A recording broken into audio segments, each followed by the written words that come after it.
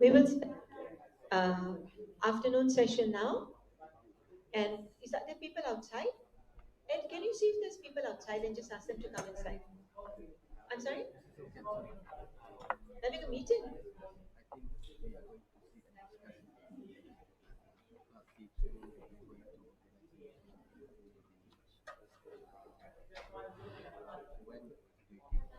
So we're starting. I mean, I think we should invite them to come. Yeah. So I hand over for the afternoon session to Wora, EarthRights International. Thank you, Shamali. Thank you very much and welcome to the afternoon session. So, how's everyone energies like? I hope we are refreshing after food and everything. Alright then, in the morning we had an opportunity to discuss about infrastructure and also the focus on some of the impacts of ASEAN economic integration in infrastructure development sectors to the communities' livelihoods. And we went over several case studies in the case of Mekong hydropower in energy sector and Salween Dam's context. So in the afternoon session, we will be focusing on the ASEAN corporate and food system and also the governance in the context of ASEAN integration. The key question that we would like to actually address is how this ASEAN economic integration would impact the system of traditional livelihoods, especially food security, especially the issues of large-scale contract farming and the development of agricultural sector with the context in the mind that these are like big corporates that working to expand their business, and it has gone over several countries in ASEAN in the form of contract farming. So I'm delighted to invite our two speakers on the panel with me, please. And the first person, our distinguished speaker is Mr. Ubon Yoowah from the Sustainable Agricultural Network, and Mr. Hafizudin Nasarudin from KUASA, or the Environmental Activist Society Malaysia. May I invite our distinguished speakers to be on the panel, please.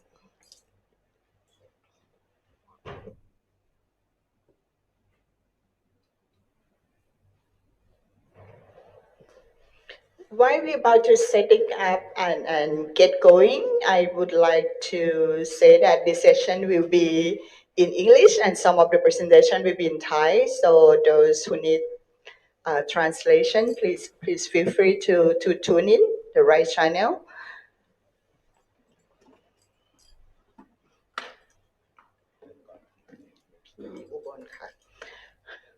Okay, our first speaker, Mr. Ubon Yoowah, for those of us who know his work in Thailand for about 20 years plus. He's been leading the grassroots advocacy on the ground and monitoring agricultural policy in Thailand, especially large-scale contract farming. And some of his work shed light on the need to revisit some of the policies in agricultural sector,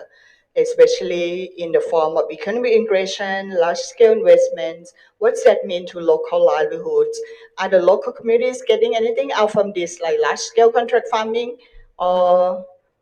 what are the changes that they have encountered which causing more hardship to their livelihoods? And the first presentation, may I invite Ki Ubon Yoowah to share with us the story from Northeast Thailand and the work that you've been leading for more than 20 years.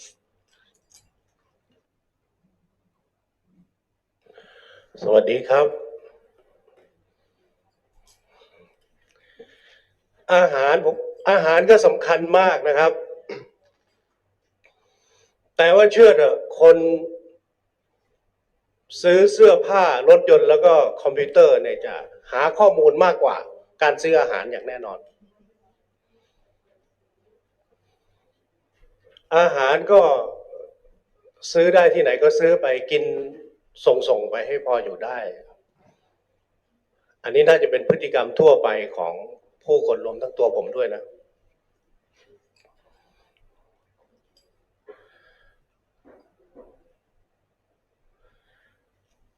ประเทศไทยดูจะในฐานะผู้ส่งออกอาหาร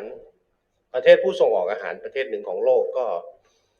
ประชาชนจะมีความวิตกกังวลในประเด็นเรื่องความไม่ปลอดภัยของอาหารมากที่สุดแต่ว่าอาหารในประเทศไทยก็มีปัญหามากกว่าเรื่องความไม่ปลอดภัยมีปัญหามากกว่านั้นนะครับอันนี้เป็นกรอบคิดของประมาณสัก20จังหวัดในภาคอีสานที่นักกิจกรรมมีการเคลื่อนไหวเรื่องอาหารไม่ปลอดภัยแล้วมาคุยกันทั้งกรอบการมองเรื่องสายพานอาหารไม่ปลอดภัยเนี่ยมันมีองค์ประกอบคือการผลิตการตลาดผู้ประกอบการแล้วก็ไปถึงผู้บริโภคอันนี้เป็นกรอบการมองสายพานอาหารปลอดภัยในประเทศไทยเนาะโดยเฉพาะในภาคอีสานอันนี้ประเด็นนี้ภาคอีสานเริ่มก่อน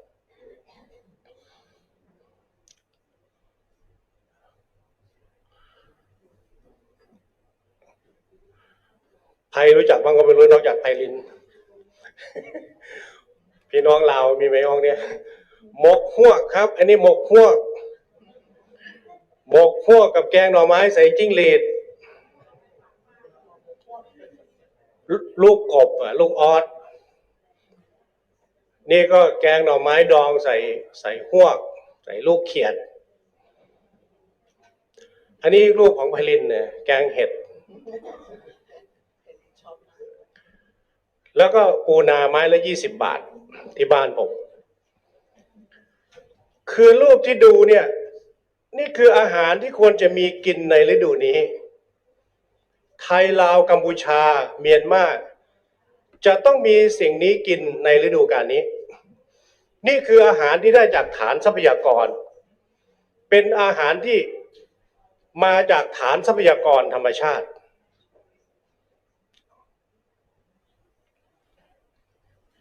คนในภูมิภาคเราเนี่ยได้อาหารจากใหญ่ที่สุดคือฐานทรัพยากรอันที่สองคือจากการผลิตการเพาะปลูกการปลูกเลี้ยงมา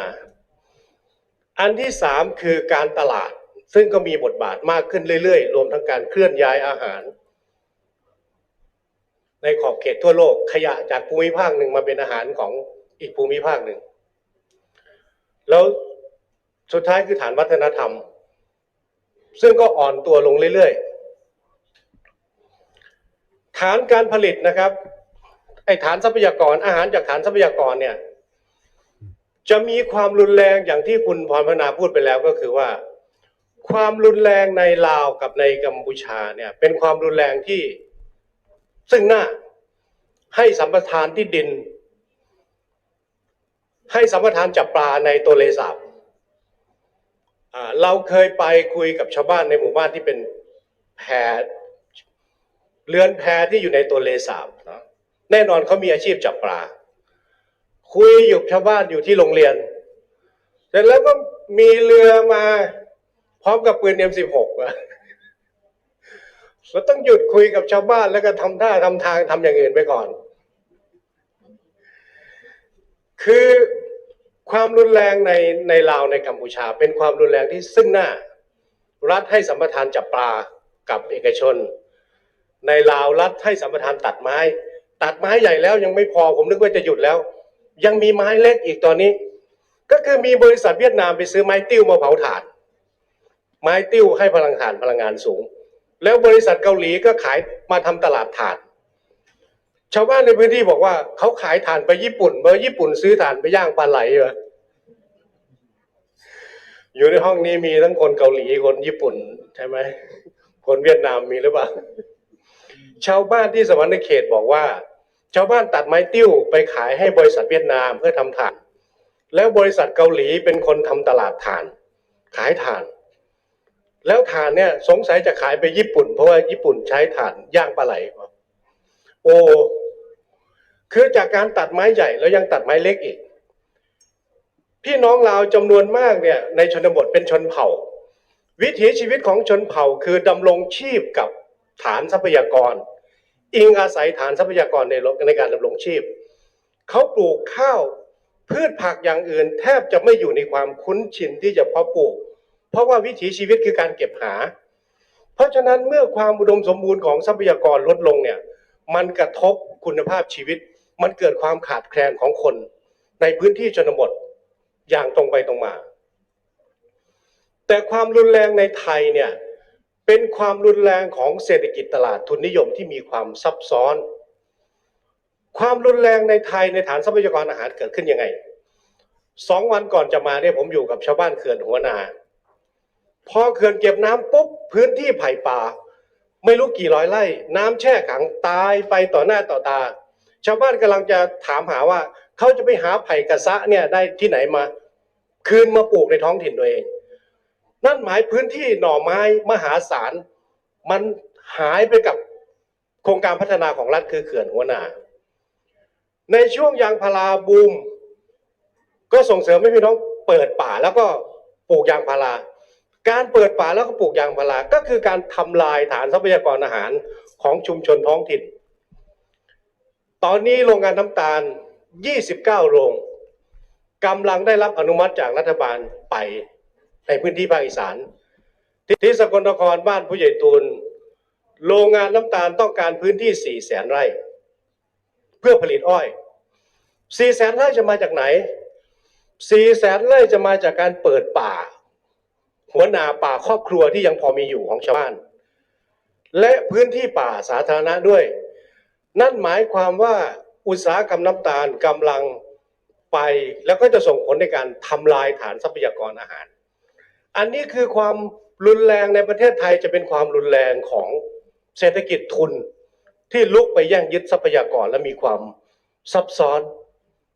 มากกว่าเพื่อนกัมพูชาและลาว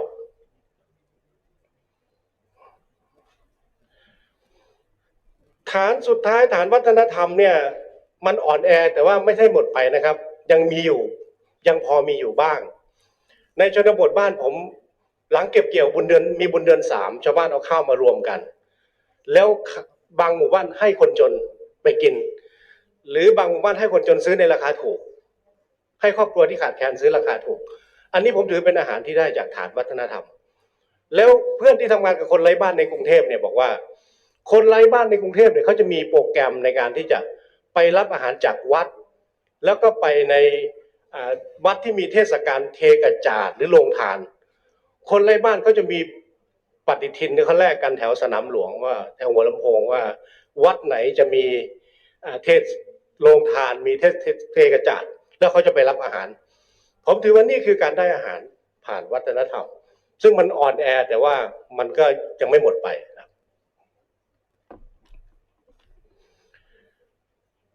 อันนี้นิวซีแลนด์มันอาจจะเป็นขยะของนิวซีแลนด์นะเครื่องในวัวเป็นม้ามวัวยาวๆแต่มันก็มาอยู่ในอาหารแช่แข็งอยู่ในห้างใหญ่ของเมืองไทย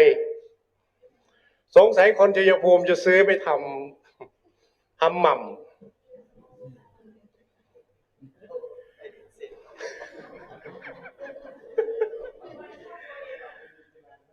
ค้าเสรีอาหารขยะของภูมิภาคหนึ่งมาเป็นอาหารของอีกภูมิภาคหนึ่งมูลค่าวัวทั้งตัวคนนิวซีแลนด์คงจะคิดที่มูลค่าเนื้อไปแล้วแต่ว่านี่คือขยะของอีกประเทศหนึ่งแล้วส่งมาให้ภูมิภาคเรากินผมโชคดีไปผมเป็นเกาผมไม่กินข้างใน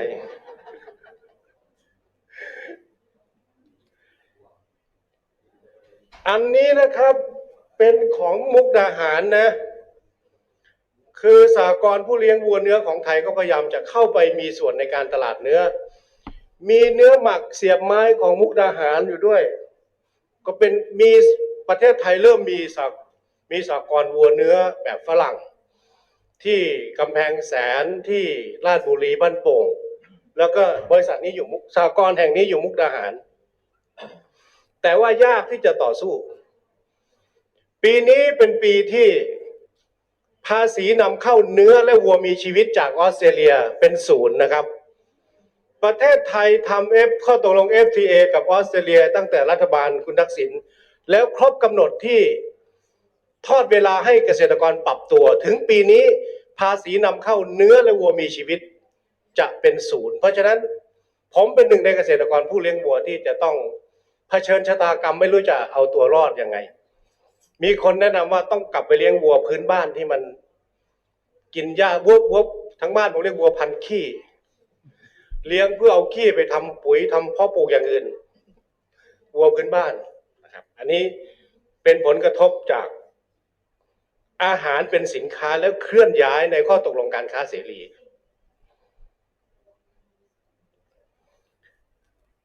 อันนี้เป็นชุมชนเมืองในพนมเปญนะครับพี่น้องก็มีอาชีพกับการทำปลาตากแห้งแต่เป็นปลาที่ซื้อมาปลาแดดเดียวนะครับน่ากินเนาะนี่ก็เป็นการเคลื่อนย้ายอาหารในภูมิภาคมาตรฐานอาหารกับมาตรฐานการควบคุมมาตรการควบคุมสารเคมีการเกษตรเป็นประเด็นที่ประเทศภูมิภาคเราควรทำร่วมกันเพราะว่าอาหารเนี่ยไหลเทไปมานี่เป็นไก่พื้นบ้านจากไทยที่ส่งไปกัมพูชาพี่น้องกัมพูชามีรสนิยมที่สุดยอดมากคือชอบกินไก่บ้านไม่ชอบกินไก่อุตสาหกรรมเพราะฉะนั้นเนี่ยการผลิตในกัมพูชาอาจจะไม่พอกับการบริโภคแบบอุตสาหกรรมซึ่งนักท่องเที่ยวก็เยอะก็มีการส่งออกไก่บ้านจากประเทศไทยไปที่ทั้งเสียมเรียบและพนมเปญตลอดแนวชายแดนจะมีพ่อค้าท้องถิ่นรวบรวมไก่แล้วก็ส่งไปกัมพูชาทุกวัน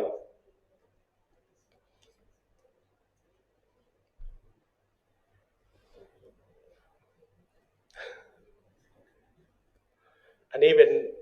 สวรรณเขตนะครับเซกือทีนี้อยากจะพูดถึงอาหารอุตสาหกรรมนิดหน่อยนะครับที่มาใช้ชีวิตอยู่กรุงเทพนี่คงกินอาหารพวกนี้แหละครับไม่มีโอกาสจะกินอาหารในชุดแรกที่ผมพูดถึงหรอกอาหารอุตสาหกรรมเนี่ยยังคงมีคำถามเรื่องความปลอดภัยสารปฏิชีวนะเป็นสารที่ถูกนำเข้ามาในประเทศไทยทั้งแบบผ่านศุลกากรและไม่ผ่านศุลกากรเพราะฉะนั้นในแวดวงเภสัชกรกำลังติดตามเรื่องนี้แล้วคาดว่าสารปฏิชีวนะในประเทศไทยถูกนำไปใช้ในอุตสาหกรรมการเลี้ยงสัตว์มากที่สุดทั้งกุ้งทั้งฟาร์มหมูฟาร์มไก่นะครับเพราะฉะนั้นประเด็นความปลอดภัยของอาหารในภาคนี้เนี่ยยังเป็นคำถามไก่ย่างยี่ห้อแบรนด์ดังๆอย่างไก่ย่างวิเชียรบุรีเนี่ยย่างเลี้ยง21 วันแล้วก็เอาไปชำแหละย่างเพื่อไม่ให้ไก่ตัวโตเกินไปที่จะขายในราคาไม่เกิน130 บาทเพราะไก่อายุ20 วันไม่รู้มันวัคซีนมันหมดฤทธิ์หรือยังก็ไม่รู้คือระยะเวลาการเลี้ยงมันสั้นมากเพราะความปลอดภัยในอาหารอุตสาหกรรมยังคงเป็นคำถามและท้าทายความเข้มแข็งของผู้บริโภคว่าจะนำไปสู่การตรวจสอบระดับการตกค้างของปฏิชีวนะได้ไหมหรือฮอร์โมนต่างๆที่อยู่ในกระบวนการผลิตประเด็นที่2คือใช้ทรัพยากรส่วนรวม อันนี้คงจะเป็นปัญหาร่วมกันในภูมิภาคข้าวโพดกำลังไปผลิตที่รัฐฉานนะครับข้าวโพดในอุตสาหกรรมอาหารสัตว์ในไทยเนี่ยกำลังผลิตอยู่ฉานสเตทผลิตในประเทศไทย 3.5 ล้านไร่เนี่ยอยู่ในพื้นที่ส่วนรวมของสังคมเป็นไปได้ยังไงที่บริษัทอุตสาหกรรมเกษตรและอาหารใช้พื้นที่ส่วนรวมของสังคมผลิตอาหารวัตถุดิบให้ตัวเองผมว่าภูมิภาคเราเป็นทั้งภูมิภาคไม่รู้ภูมิภาคอื่นเขาเป็นหรือเปล่านะใช้แผ่นดินส่วนรวมเนี่ยผลิตวัตถุดิบให้กับอุตสาหกรรมของบริษัทเอกชนได้อันนี้คือสิ่งที่มันเกิดขึ้นแล้วก็ความไม่เป็นธรรมเกษตรกรที่เข้าร่วมผลิตกับบริษัทในระบบคอนแทคฟาร์มเนี่ยขาดทุนทั้งนั้นประเทศไทยออกกฎหมายเรื่องคอนแทคฟาร์มแล้วแต่ว่าไม่มีผลในการบังคับใช้เสมือนไม่มีกฎหมายกำหนดให้บริษัทไปแจ้งกับกระทรวงเกษตรว่าเขามีเงื่อนไขยังไงบ้างแต่ว่าบริษัทก็ยังทำแบบเดิมไปแจ้งกับกระทรวงเกษตรแต่ว่าในพื้นที่ก็ยังทำแบบเดิมมีความซับซ้อนที่เขาจะผลักภาระไปให้คนท้องถิ่นเผชิญหน้ากันเองกับร้านค้าในท้องถิ่นแล้วก็มีลักษณะผูกขาดทั้งปัจจัยการผลิตผูกขาดทั้งการตลาดนะครับ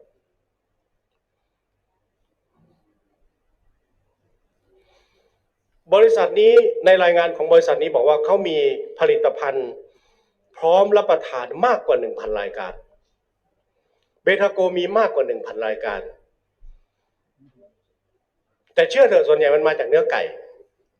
เพราะว่ามันเป็นวัตถุดิบที่ราคาถูกที่สุดปัญหาของอาหารในระบบนี้ประการหนึ่งคือมันไม่หลากหลาย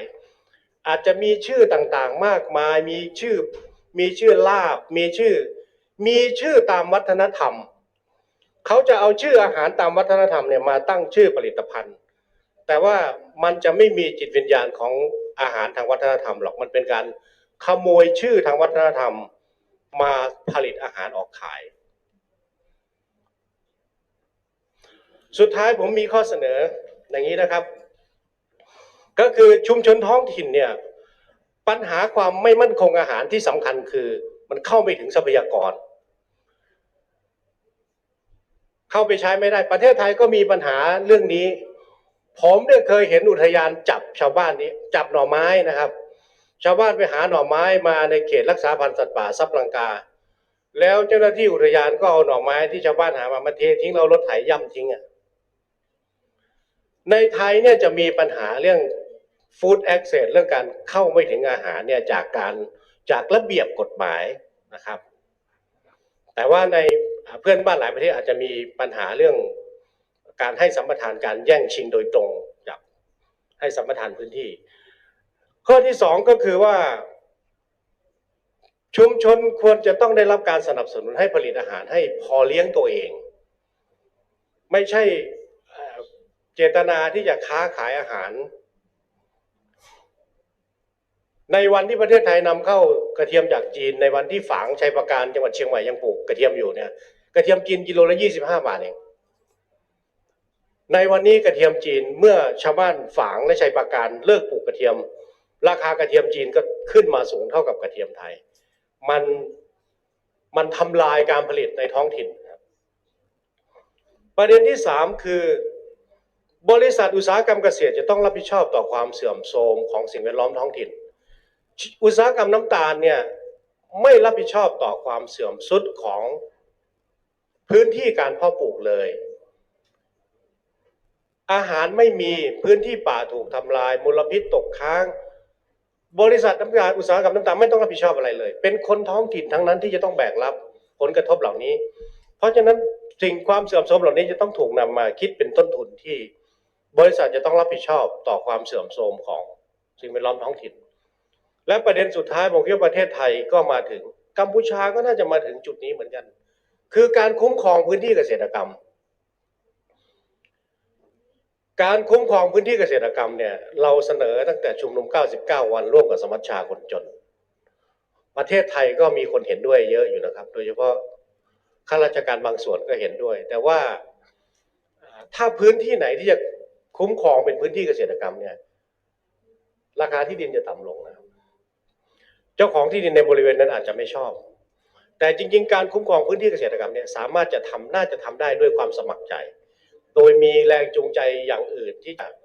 ถ้าเจ้าของที่ดินที่เป็นพื้นที่การเกษตรที่ประสงค์จะรักษาพื้นที่ให้เป็นพื้นที่เกษตรต่อการเกษตรกรรมต่อไปเนี่ยควรได้รับการสนับสนุนในหลายด้านเพื่อให้พื้นที่เพาะปลูกอาหารมันยังอยู่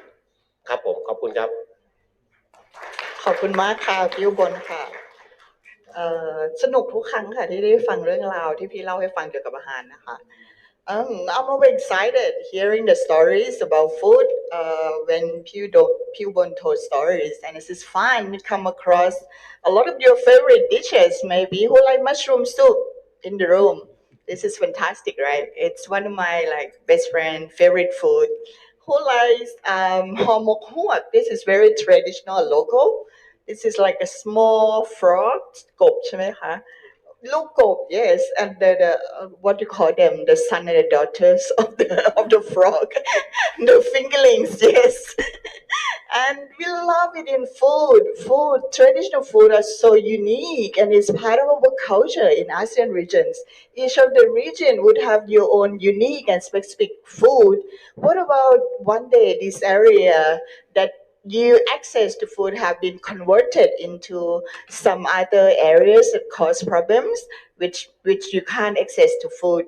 This is a problem that we try to dealing with. The point that Pewbon made about the impacts of contract farming, especially in sugar industry areas. In Northeast Thailand, there are like 29 factories and sugar refineries.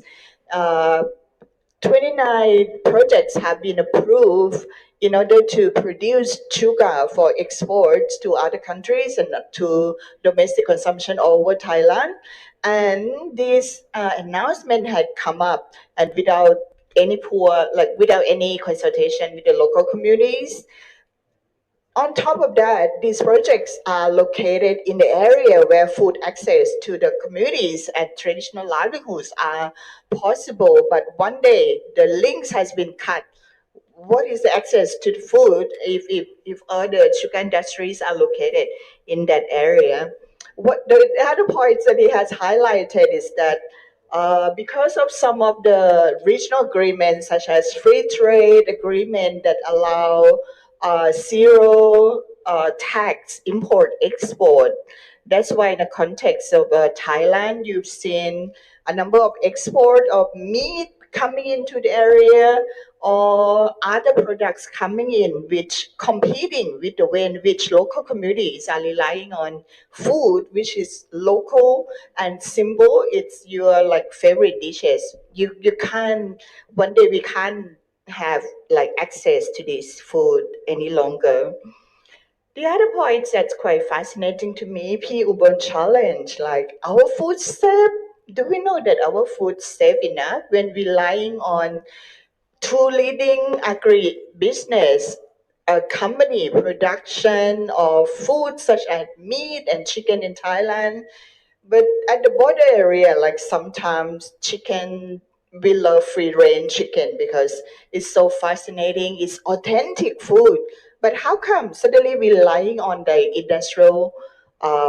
process of food, such as two leading companies start with B in this presentation or start with C in other contexts that we all know. So no longer free range chicken, no longer authentic food that we really like and want. We rely on this fast production. And what about antibiotics contamination? What about vaccines contamination that use in livestock? What about any other contamination uh, that would contaminate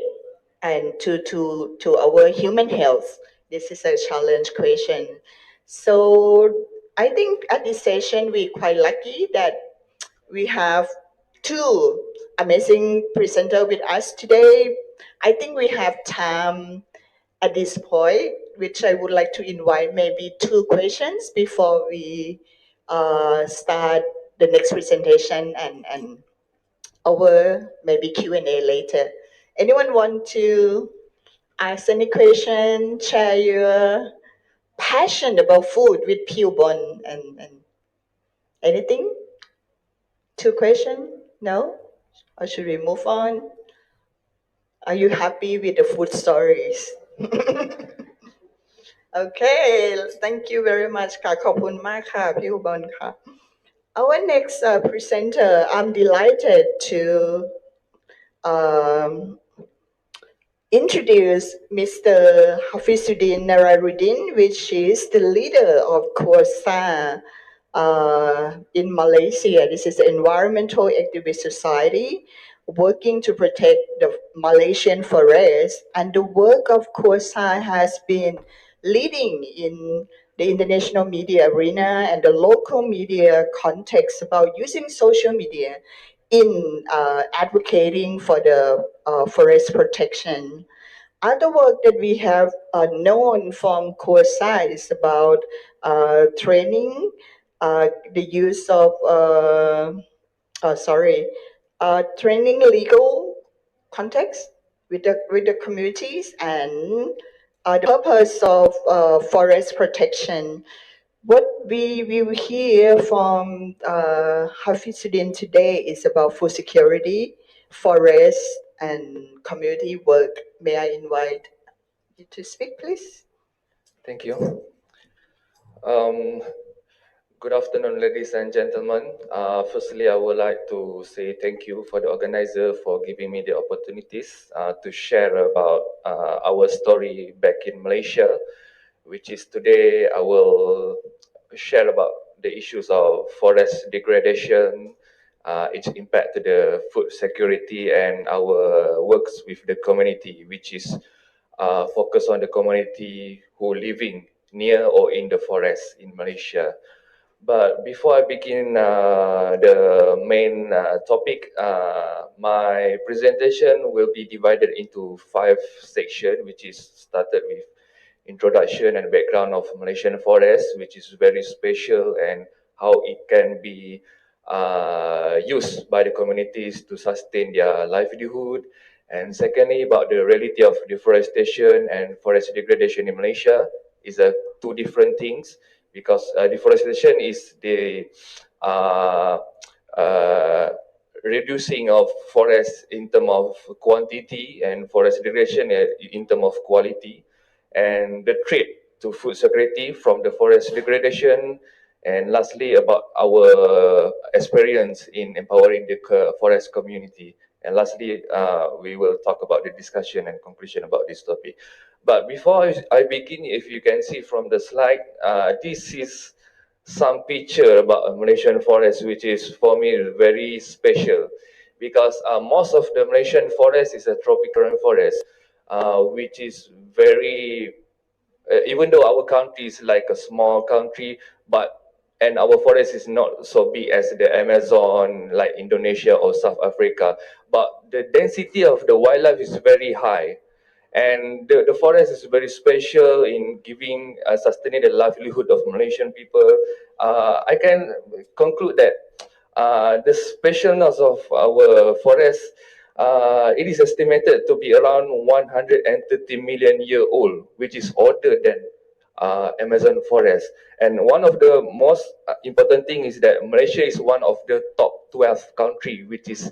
have a high biodiversity in terms of biology. And this kind of forest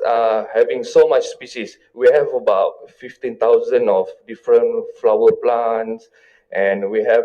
about 185,000 of different kind of animal species, and we have about 300 orchid species, which is like the forest flower, and also we have 350 reptile species, 300 mammals, 1,000 butterfly, and also another 730 of bird species. But one of the most important thing about our forest is that this kind of tropical forest continuously give so much ecosystem services to the people of Malaysia. We have around 32 million of people, and one of the benefits including we got the clean air supply, the oxygen, the clean water, even we have the security from the forest, yeah, and it regulate our weather, our climate. In terms of socio-economy, it still supports the local community to sustain their economy, and we still depending on the forest food and energy, physical life, health, stability, and many more. But the reality that happening in Malaysia is quite sad for me because I want to show you some statistic for Malaysian forest that has been lost for the past 80 years. If you can see from the slide, on the top picture is Peninsula Malaysia, and we have two continents in our country, the Peninsula and also the Borneo, which is the Sabah and Sarawak state. And you can see from the statistic, you can see the green forest is reducing over the years since 1954 until the last 10 years. And the most rampant logging or deforestation is happening in the Borneo Island. You can see from the picture, there is not much forest left until now. And I can simply say, for the Peninsula Malaysia, we have about 80% of forest cover back in year 1935. But after 80 years going, our forest has been reduced about half, which is now about 44% that left. And for the Sabah and Borneo state, still same. The trend is the same. Half of the forest has gone within a short period. And currently, the government has reported to the United Nations saying that our forest cover is still high, which is 67.6%. But for us, as an activist or NGO that working on the ground, the statistic is not really correct for us because if you can see from the pie chart on the picture, uh, the green color and the red color is the total forest cover, but not all are natural forests. Half of it is a plantation forest, which is the oil palm plantation, rubber plantation, and other monocrop. But still, the government recognizes it as a forest cover. So this is one of the big lie that happening in our country. And the government has promised to the United Nations that we have to retain about at least 50% of our forest cover by the year of 2020. And they say that our forest cover is 67%, but in reality, it's not there. Okay, and one of the most important thing that if you can see from the picture, our forest structure is very special. Uh, from the lowest ground of the continents, we have a mangrove forest, which is very special because it is a place for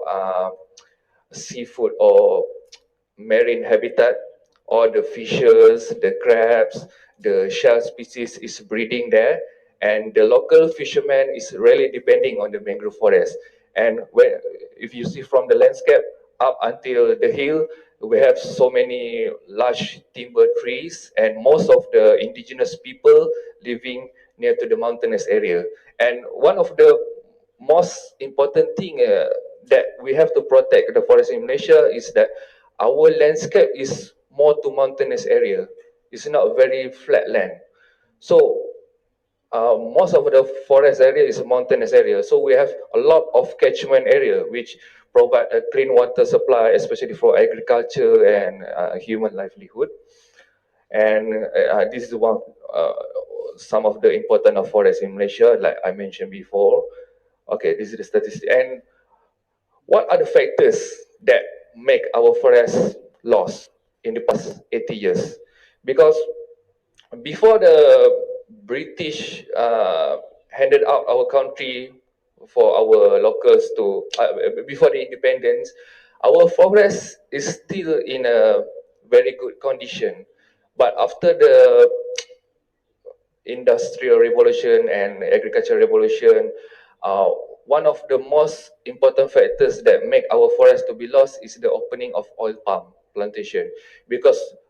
collectively, Malaysia and Indonesia has been producing the largest oil palm production in the world, which is about 85%. So Malaysia is the second largest producer of oil palm. That's one of the main factors that make our forest gone. And the logging activities is still happening until now,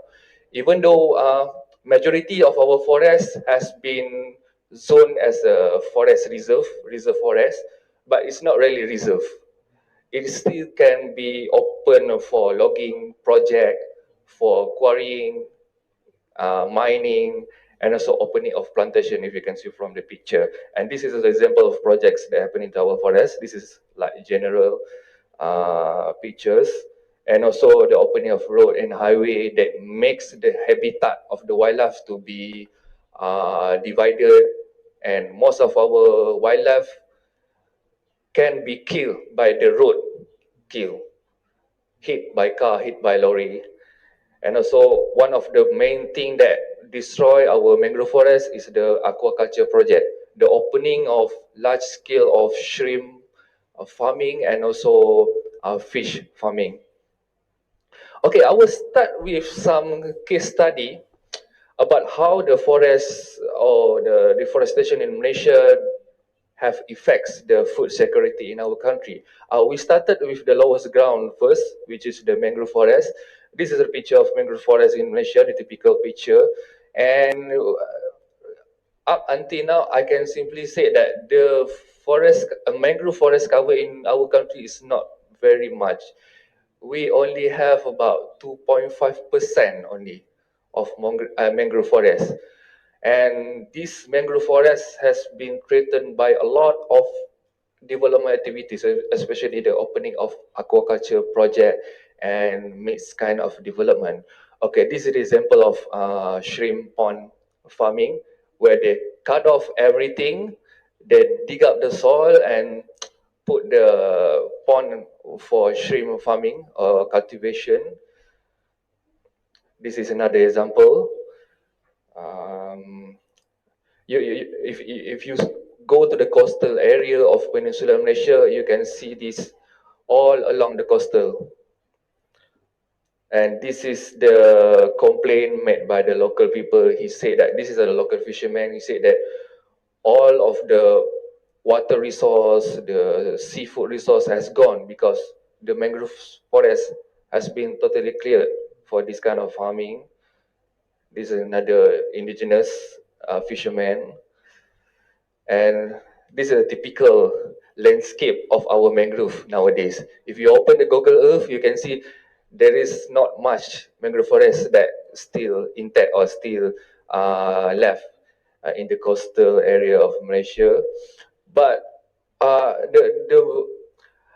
point that I want to explain to you is that, like I said before,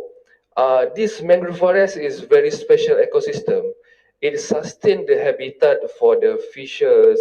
for the shell species, for the crab, and all of the seafood is coming from here, because the structure of mangrove tree is like a niche or habitat for this kind of species to breed.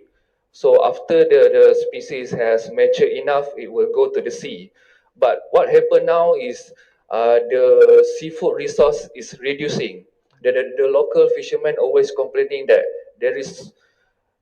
it's not easy to find a lot of big fishes, to find a crab or prawn or shrimp, because it's not breeding very well like in the past 20 to 30 years. And the price of this seafood in Malaysia is getting increased. For instance, like it's really radically changing. Last 10 years, if we buy a crab, for example, 1 kilo, the price is around 15 to 20 ringgit, or like $5 per kilo. Now the price has doubled up until 40 to 45 ringgit, $10 per kilo, and it's doubling. And we expect that if this kind of trend of deforestation is going, the price of the seafood will be much higher in the future. And yeah, uh, most of the local fishermen is protesting this kind of project. But the problem is that most of this mangrove forest is belong to the state government. It's not their original land because they don't have any much rights towards the forest. And the project also was done in a very large scale. And whenever the fisherman is complaining, their voice is often not be heard by the government because the government is not understanding what is the main concern from them. uh, and the important aspect is the food security is not very famous topic among our politician. Yeah. And like in Malaysia, the most complex thing is all the profits from the deforestation, from the logging, from the exploitation of natural resource is come to the state government, not the forest government. So each state have to generate their own income by depending on the logging project, the aquaculture, and any project related to land exploitation. This is one of the example of protests done by the fishermen. Yeah, and they did a protest, but the government doesn't really listen to them. And most of these fishermen is the coastal fishermen. Their area of catching is like 0 to 5 kilometers from the coastal line. Okay, we move up to the inland forest. I can simply say that the inland forest of Malaysia, the tropical rainforest, which is located on the flatland, we couldn't find so many anymore because most of the forest has been replaced by the old palm plantation. Yeah, and also rubber plantation. Okay, for the second case study, I would like to share about the threat to the paddy field. This is what happening in the northern state of Malaysia, which is in Perak, in my state. Perak is located in the northern of Peninsular Malaysia, and we have like so many water catchment area from the forest, and this is one of the example. This is called Bukit Merah Lake. It's a kind of lake that were made by British, I think like 100 years ago. The purpose of this dam construction is to supply a clean water for drinking and for agriculture, especially for paddy field. And what happening is that for the last 10 years, the government has approved a massive logging project, which is their clear cut all the forest that located on the upstream of this lake. If you can see from this picture, it is the flow of water. The water, the rainwater were harvested by the forest that located on the right side. And the forest is acting as a natural sponge, absorb all the water, filtering it, and flow it slowly to the lake. But what happened is that on the right side, the forest has been disturbed, has been destroyed for the opening of farming. Okay, this is some scientific explanation on how the water cycle is working. It's going down to the forest absorb it, filtering it before flowing it slowly as a clean water. And the size of the project is around 700 hectare. And this project only costs about 50 million of profit. It's not so much. But later on, I can tell you how much is the loss from this project after everything is destroyed. And what happening is that after the opening of the feedlot for the goat farming, there's a lot of people that doing encroachment. They open up oil palm illegally and farming for how do we say, the durian trees, and the place is totally destroyed. And if you can see, at the year of 2016, this lake is totally dried up because of the El Nino. El Nino is like a climate scenario that happen where the drought condition is very extreme. And why this lake is easily dry? Because about 30% of the content of the lake, bottom of the lake, has been filled up by the sedimentation from that logging. And when this happened, the lake is totally dry. You can see the boat is suspended on the bottom. So it's affects the downstream side. And this is the local farmers, local paddy farmers complaining that his paddy field did not receive any amount of water, and the production of paddy on that year is reducing. And this paddy is very massive in production. It's one of the main paddy field in Peninsular Malaysia. And this guy is showing that when there is no water,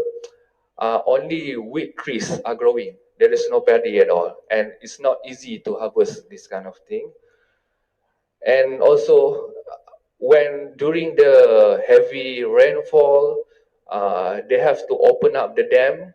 to allow the extra water to flow to the downstream, and of course, the village in the downstream is flooded. And the total loss from this project is around, or from this environmental tragedy is around 530 million. Just imagine, you want to invest about 50 million, but you lost another, how many? Tens times of loss. So it's not really relevant at all. Okay, the third case study I want to share with you is about the state of Kelantan. State of Kelantan is a very northern part of Malaysia, which is located at the border of Thailand, near to the Naratiwat and Yala, if I'm not mistaken. And Kelantan is one of the states that having a lot of tropical rainforest cover. It is the hometown for Mustafa. And if you can see from the picture, the purple color is the zone of the forest reserve that will be opened up for a plantation. This is mean that 1/3 of the forest in Kelantan will be open for plantation and will require a clear cut of logging. So the size of this clear cut of logging is around 200,000 of hectare. It's very big. It's 1/3 of the state. So this is what happened in Kelantan, and of course, most of the indigenous village is are located near to the logging concession. And if you open up the Google Earth, this is the landscape of the forest. On the left is the original forest, and on the right is the forest that has been exploited for the plantation opening. It's totally gone. There is no biodiversity at all. There is no food. There is no clean water. And we try to zoom more. It's very big. One concession is like 5,000 hectares for each company. And okay, this is the more close zoom picture. Okay, what happened is that from this kind of logging, the main concern of our team as an environment is that it make impact to the habitat of the wildlife. And some of the wildlife has been used by the local people or the local indigenous villagers as their source of food, because they have been hunting the wildlife in the forest as their food, because their village is located very far from the nearby town or city. So they cannot go shopping to the Tesco, to the any hypermarket or supermarket. So they just shopping freely to the forest. And when this happening, all the forest resource that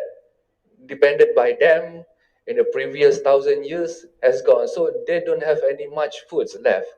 And importantly, they are really depending to take the water from the clean river as their daily drinks, for foods, for shower, and also for drinking. And when this kind of project is happening, you can see all the rivers become milky. It's like a tea color, very cloudy. Okay, this is one of the picture of habitat fragmentation. And of course, if you change the landscape with one single species of the trees, there is no wildlife that can live there, because due to the lack of forest foods, and they will migrate. And some of the wildlife, they tend to encroach the indigenous village and destroy their agricultural farm. Okay, this is one of the picture. This is typical pictures of logging that cause the water to be milky. sedimentation is happening. This is like experimental show, to show how when the forest gone, the water is become milky. And this is one of the videos that I've taken from the YouTube, which is located near to the Mustafa village. They have to use this kind of water daily as their drinking water resource. Okay, this is a picture in his village as well. Some of Mustafa friends, I think he know this person. Okay, also the logging is happening on their ancestral land. This is the graveyard of their grandfathers, which has been encroached for logging project. And yeah, this is one of the friends that been interviewed by the Al Jazeera TV last year. This is a typical landscape of the indigenous people, because when their forests are gone, we can simply say that the socio-culture of these communities has changed. They are really stressful because they really have a spiritual connection with the forest, and their livelihood, like 99% is depending on the forest. So when the forests are gone, they lost many resources and they lost their cultural values, and everything is lost. And they've been forced by the government to move out from the forest and live in the new settlement, which the new settlement is surrounded by mostly palm plantation, and they've been forced to work like the modern society, go to office like office hour, working. So that's not their original culture. And the most critical thing that we want to focus here is that the crisis of malnutrition that happening, especially on the kids of indigenous people, because I have did a lot of site visit to indigenous village. I can make a very strong correlation and comparison between the indigenous people that live in the healthy forest and the indigenous people that live on the degraded forest. If you visit the indigenous people that live nearby the degraded forest, you can see the skin of the kids is totally peel out. It's really, how do we say, you can see from this picture there's a lot of effects like malnutrition effects. I don't know the scientific name of it, but this is the one of the picture of malnutrition crisis, because before this, even though they are located like far away from the town, from the city, like they don't get any modern food like us, but the forest food is still have a high nutrition and higher diet for their kids. But when they don't have any resource for the forest food, they only eat um, the some typical plantation, like the um, vegetables. They are not nutritious, and also the soil is very contaminated, so they have to eat that and also drinking the milky water. This is what happened to the kids. And recently, this is one of the big cases that happened to them. We have found out that almost 14 of orang asli or indigenous people have died from malnutrition. The government said that they died because of the some symptom, like I don't know what they call it, measles. It's like, yeah, measles. It's like you don't have any vaccination, you get that kind of disease. But we are trying to argue with the government, because at the same time, there's a lot of mining and logging project happening in their village, and we suspect that the orang asli has died because of drinking uncontaminated water. Because during our visit to their village, we bring the water for sampling, we bring it to the lab. The level of contaminants is very high, especially the manganese and the cyanide from the mining activities. So these have a strong correlation with their sickness. So this is really critical for the indigenous people in Malaysia. And recently, yesterday, our Deputy Prime Minister said that the government will ask all the orang asli or the indigenous people to be removed from the forest. And we afraid that this is one of the strategy to isolate the orang asli from their original place, and this will allow more exploitation to the forest, especially the logging and mining activities. Because if there is no orang asli in the forest or the indigenous in the forest, there is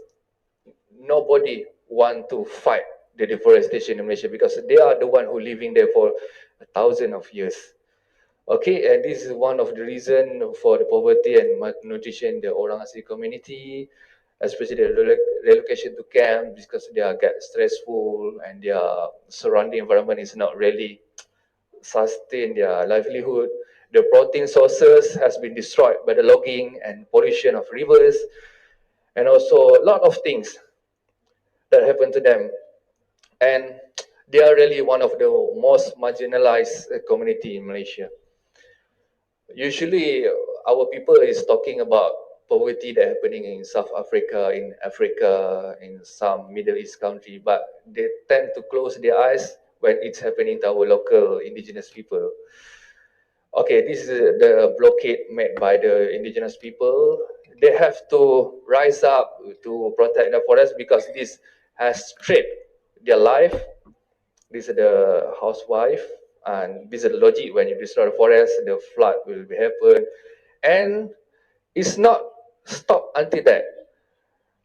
When the logging activities or the opening of plantation happening in Kelantan at the year of 2016, there were some, if I'm not mistaken, it was in December of 2016. There were heavy rainfall that been ongoing for over 1 to 2 weeks. And what happened is that this kind of rainfall have contributed to the massive flood in the capital city of Kelantan, which is the Kota Baru. The Kota Baru city is located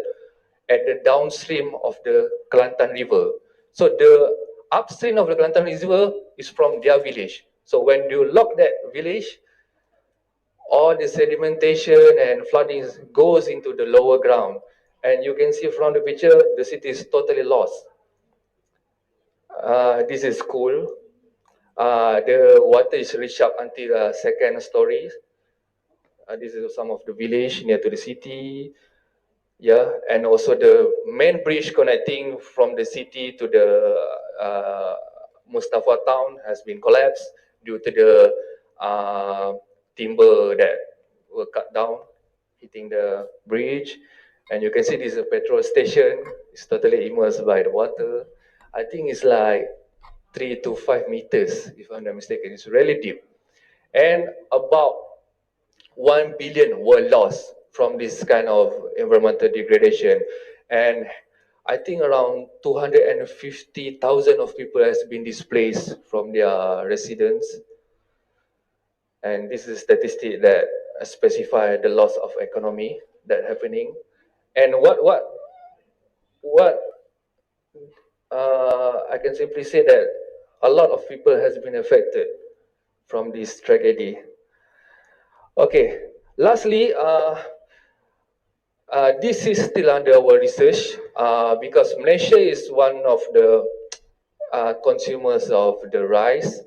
We have a lot of paddy field, but our paddy field is dying from deforestation, because our forest is supplying so much clean water, so much abundant water to the paddy field. And what happening is that, according to research made by the Department of Drainage of Malaysia, they saying that some part of the paddy field that located far from the river has not received an enough amount of water.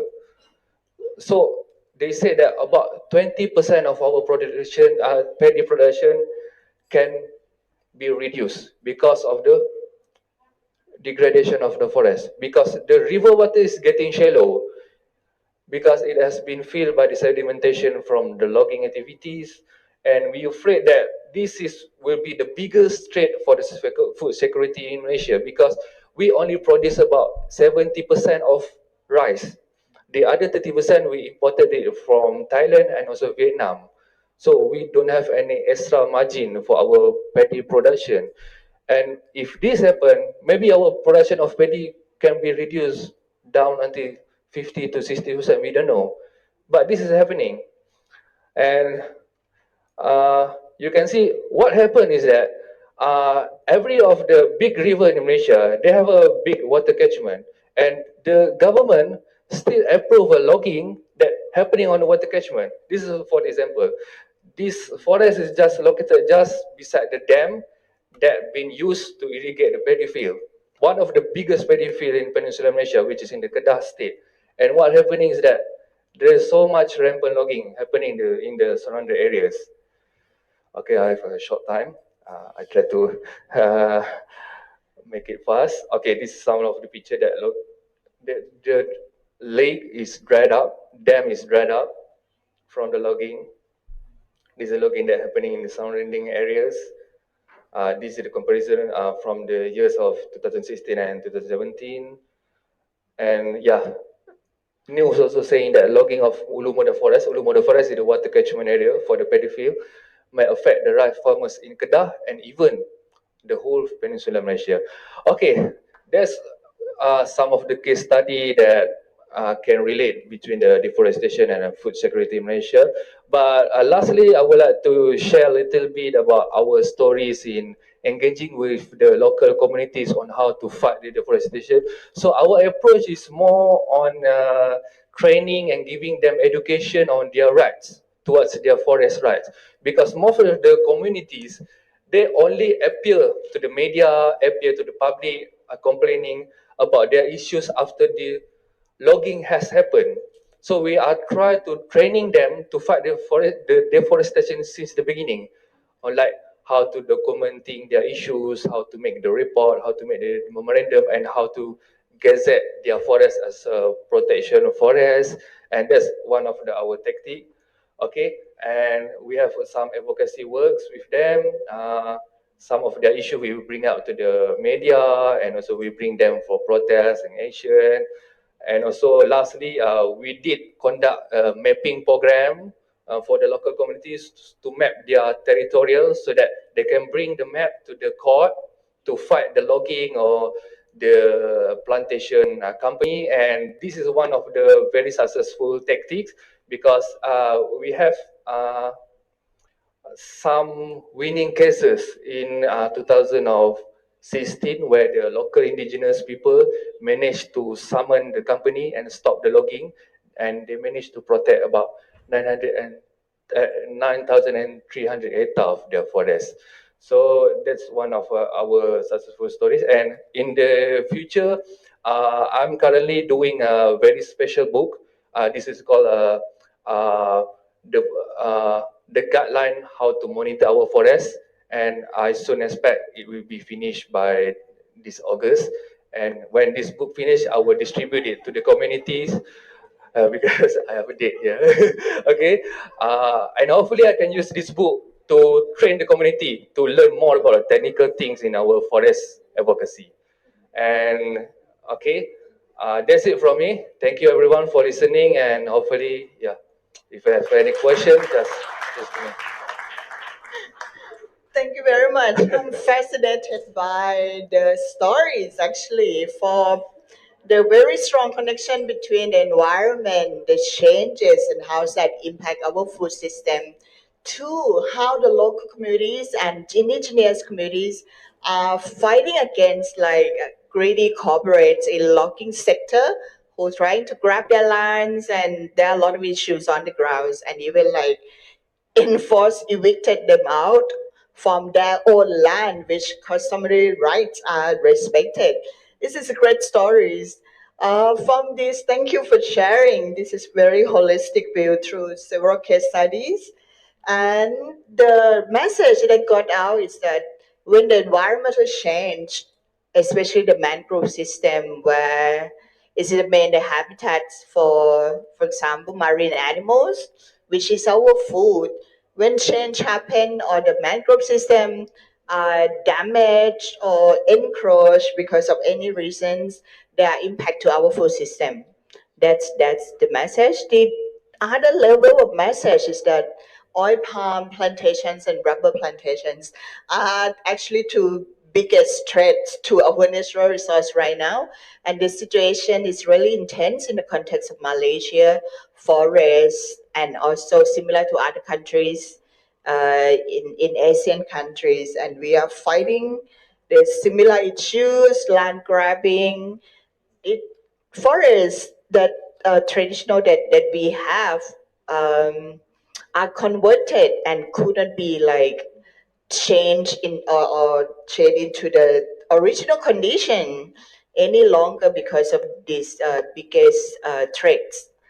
Also, mining and dam are also two biggest threats as well in the terms of infrastructure development. Sometimes with the ill policy and mismanagement of infrastructure and practices of the investor themselves on the ground, causing a lot of impacts and human rights violations. And this is the common problems across our ASEAN countries. That's why we're here today, right? To share perspectives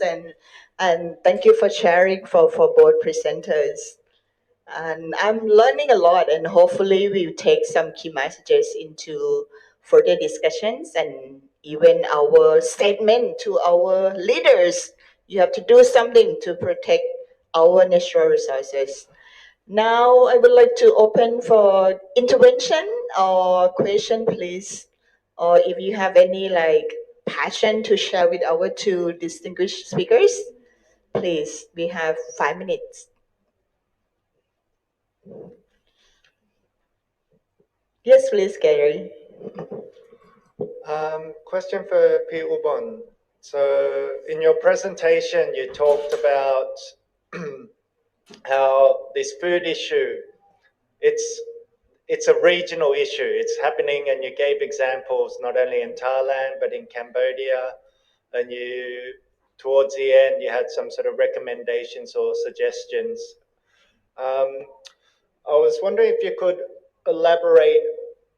a bit more on what more you think can be done to strengthen sort of community and grassroots movement at a regional level to promote rights to food in ways that are sustainable and respectful of community rights. So beyond sort of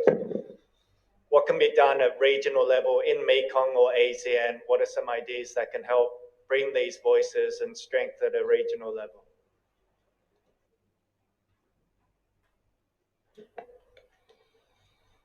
คืออย่างกรณีประเทศไทยก็มีความเป็นอุตสาหกรรมมากขึ้นความเป็นอุตสาหกรรมมากขึ้นเนี่ยคือสายพานอาหารก็จะถูกคอนโทรลโดยบริษัทเกษตรอุตสาหกรรมมากขึ้นขณะเดียวกัน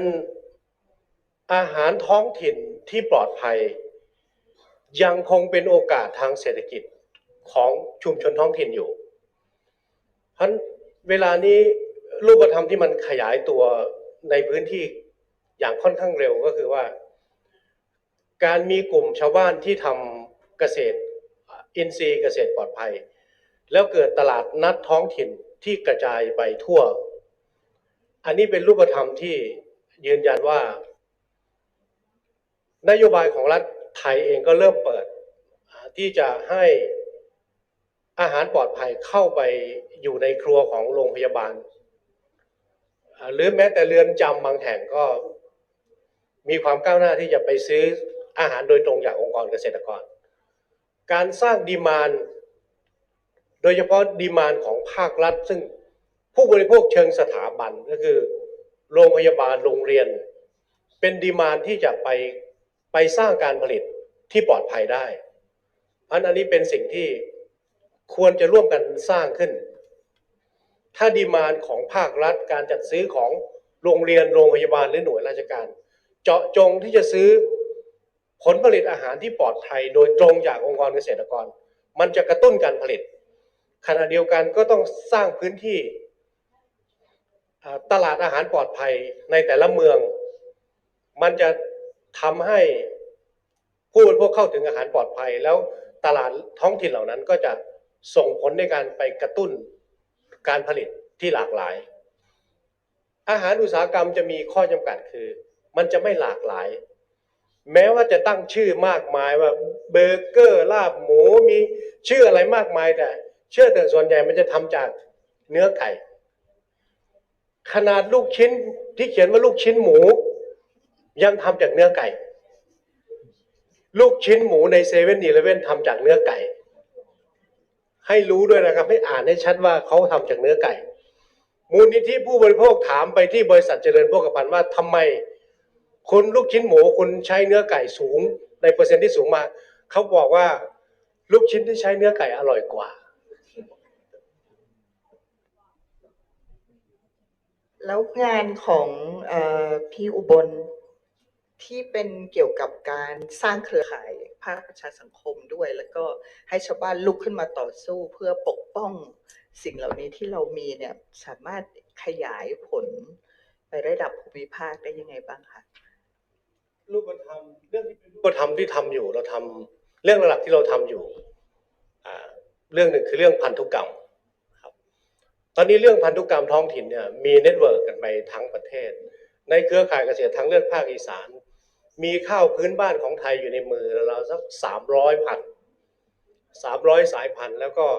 คือเราวิเคราะห์ว่าความหลากหลายคือความมั่นคงในการเปลี่ยนแปลงภูมิอากาศอาจจะมีข้าวบางพันธุ์ที่ผสมไม่ติดเมื่ออุณหภูมิโลกสูงขึ้นข้าวบางพันธุ์จะเกสรตัวผู้จะฝ่อผสมไม่ติดเพราะนั้นทางออกของเราของชาวนาคือต้องมีพันธุกรรมข้าวให้มากที่สุดเพื่อจะเฝ้าดูผลกระทบและการเปลี่ยนแปลงว่ามีพันธุ์ที่ให้ผลผลิตได้แม้ว่าอุณหภูมิโลกจะสูงขึ้นอันนี้ทำให้เราร่วมกับองค์กรชาวนาหลายองค์กรก็สะสมพันธุ์ข้าวมีการสำรวจและนำมาปลูกสร้างแปลงรวบรวมพันธุ์แปลงอนุรักษ์แล้วก็ผสมพันธุ์ใหม่ด้วยครับอันนี้เรื่องพันธุกรรมแล้วก็เรื่องตลาดทางเลือกที่จะเชื่อมโยงโดยตรงระหว่างผู้ผลิตกับผู้บริโภคอันนี้เนี่ยเกิดขึ้นภาคเหนือจะเป็นภูมิภาคแรกๆที่เกิดรูปธรรมของ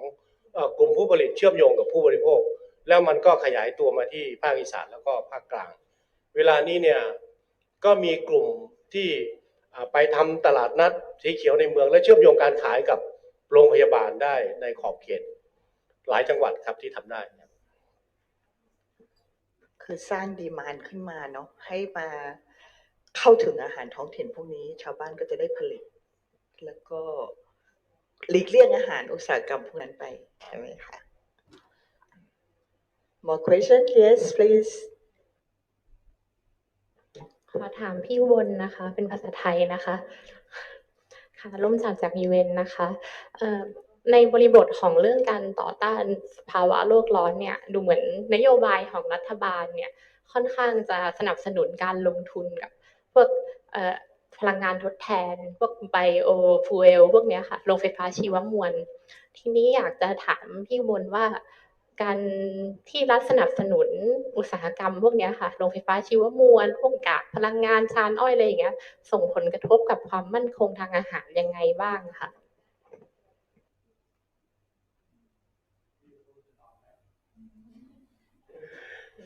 ผู้ใหญ่ตูนนั่งอยู่ตรงนั้นน่ะเจ้าของพื้นที่คือเรามีปัญหามากกับอุตสาหกรรมน้ำตาลอุตสาหกรรมน้ำตาลไปที่ภาคอีสานตั้งแต่เราทศวรรษ 2520 ก็น่าจะใกล้30 ปีแล้วนะจะ30 ปีแล้วเพราะฉะนั้นในแผ่นดินนั้นก็มีประสบการณ์มากพอที่จะเรียนรู้ความสูญเสียเพราะการทำอุตสาหแผ่นดินอีสานไม่สามารถจะรองรับพืชเชิงเดี่ยวได้อีกต่อไปแล้วมันพื้นที่ป่ามันถูกเปิดจนกระทั่งคนท้องถิ่นจะเป็นผู้ได้รับผลกระทบพื้นที่อำนาจเจริญรอยต่อยโสธรมันเป็นพื้นที่ที่อุดมสมบูรณ์มากอุตสาหกรรมก็ต้องการพื้นที่อุดมสมบูรณ์แบบนั้นเช่นกันเขาก็ไปเลือกพื้นที่ที่อุดมสมบูรณ์มากมีแม่น้ำพื้นที่อุดมสมบูรณ์เพราะผลกระทบมาจากการแย่งชิงพื้นที่โดยใช้อำนาจทุนมันซับซ้อนกว่ากัมพูชาที่รัฐบาลตีเส้นให้สัมปทานกับเอกชนแล้วให้ทหารตำรวจไปคุ้มครองพื้นที่แต่ว่าประเทศไทยถ้าบริษัทได้รับใบอนุญาตจากรัฐตั้งโรงงานน้ำตาลแล้วเขาตั้งราคารับซื้ออ้อยในพื้นที่นั้นสูงสัก1 ปีสมมุติเขาเปิดโรงงานปีแรกนะเปิดผลิตน้ำตาลปีแรกแล้วเขาตั้งราคารับซื้ออ้อยสูง เจาะจงซื้อสูงในโรงงานนั้นมันจะส่งผลในการปลูกอ้อยจะลุกไปถึงพื้นที่นาข้าว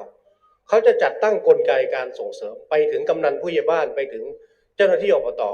เพราะคนท้องถิ่นเหล่านั้นก็จะถูกดึงเข้ามามีผลประโยชน์ร่วมแล้วมันจะทำให้การผลิตวัตถุดิบของโรงงานอุตสาหกรรมมันแพร่ไปในพื้นที่อย่างรวดเร็วเพราะกรณีในประเทศไทยเนี่ยมันใช้อำนาจทุนไปเกี่ยวเอาคนท้องถิ่นเข้ามามีผลประโยชน์ร่วมแล้วทำให้การแย่งชิงพื้นที่แย่งชิงทรัพยากรมันกระจายออกไป Maybe one last question. Yes, please. My name is Poon from People's Empowerment Foundation. I would like to ask Mr. Nasarudin, I'm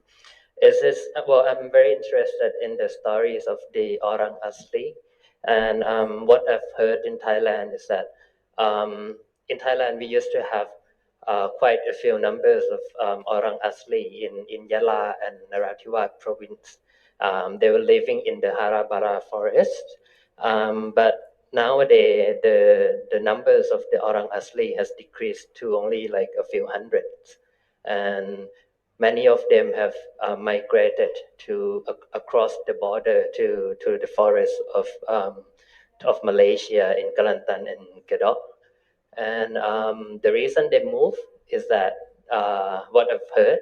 from the research that has been done is that the forest in Malaysia is denser and more fertile. And they also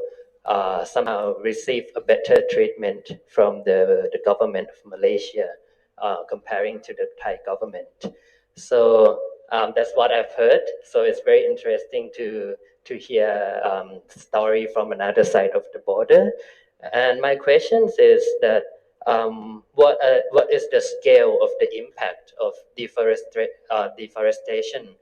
onto the lives of the Orang Asli in terms of like how many percentage of Orang Asli are affected by this trend of deforestation? And that's the first question. The second one is that is the provision of settlements the only solution that the government of Malaysia has for these indigenous people, and whether or not they are trying to get the Orang Asli to live a modern life instead of their own way of living. Yeah, that's all. Thank you. Can I add one question? Any law that local people can sue or complain to the government official when the decision making fail, by causing a lot of destruction to their own people. Any law in Malaysia that, okay, thank you. Okay, for the first question, how much percentage of the Orang Asli has been affected? So the total Orang Asli in Malaysia is not so much. I think around 250,000 only. But I don't have the exact statistic, but I can simply say that around 60% of the Orang Asli has been removed from the forest since the era of clash between the communism and British in Malaysia, because the government doesn't want there to be a part of the communist guerrilla movement. So the government create a lot of new village resettlement area for them. But we still have around 40% of Orang Asli that is still practicing the original lifestyle, and still, even though this 40% still live in the primary rainforest, but they're still facing the same issues like opening of the plantation and logging. And some of them, when logging is happening at their village, they will automatically remove. They will move to another kind of forest, because the Orang Asli in Malaysia is like a nomadic tribe. If like that is happening in their community, even one person is dying, they will move to another place. But some of the modern Orang Asli, they're not really nomadic, but they're still depending on the forest, but still facing a struggle from this kind of logging and development. But I can expect that only 20% of the orang asli still can live happily where their forest is totally protected. And we have this kind of law where the federal constitution, which is the highest law in Malaysia, is recognizing of the orang asli rights towards the land and forest. But the problem is when it come into the land, the state chief minister have the very ultimate power to make whatever decision making on the land. So the federal government recognizing the rights of orang asli, but if we follow the good governance, the chief minister have to gazette some area, some forest area as a customary land. But when looking at the current local government, they're still giving a land to the orang asli, but it is very small. The land is only for their surrounding village, not more than 100 hectares. What orang asli needs is they need 1,000 of hectares because they need to travel a lot along in the forest because all the wild animals is not really near to the village, and some of them is very near. They have to spend like 1 to 2 weeks in the forest before they are going back to the village. And the question about is the settlement is best for them is depend of them for them because some of the orang asli communities has been exposed to the modern society. They went to the school. They have been exposed. They have a satellite TVs and they can live like the local Malay people in Malaysia, and they don't no longer depend on the forest because they can work with some company or getting a salary. Maybe this kind of settlement is best for them, but some orang asli that newly displaced from the forest to a new settlement, they cannot adapt to the new settlement because most of the settlement is located outside the forest and it was surrounded by some urbanization, some plantation, and also the it's not really natural forest. And most of them they are moved back to the forest. Like one case in Selangor State, the state government destroy the forest, but the state government compensate by giving them a bungalow house to the orang asli, which is very big. But at the end of the day, the bungalow house is abandoned.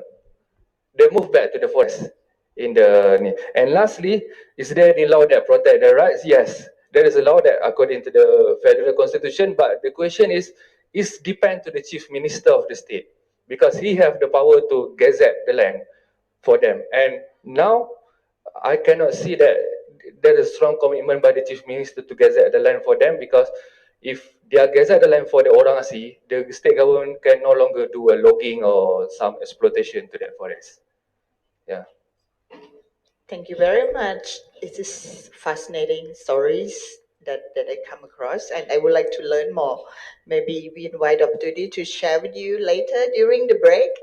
That's going to be quite interesting. Thank you very much then for your attention to this session, and I will return the floor back to Charles, please. Thank you. Thank you very much to the panel for a very interesting set of issues to bring up. Thank you and a lot of knowledge. Now we have a coffee break and more kanoms, so we can go and eat some more, and then we come back for our last session on reflections. So we can't bring the food inside, but can we ask people to have the kanoms quickly? I mean, like maybe 10, 15 minutes maximum, please, because we would like to try to we can't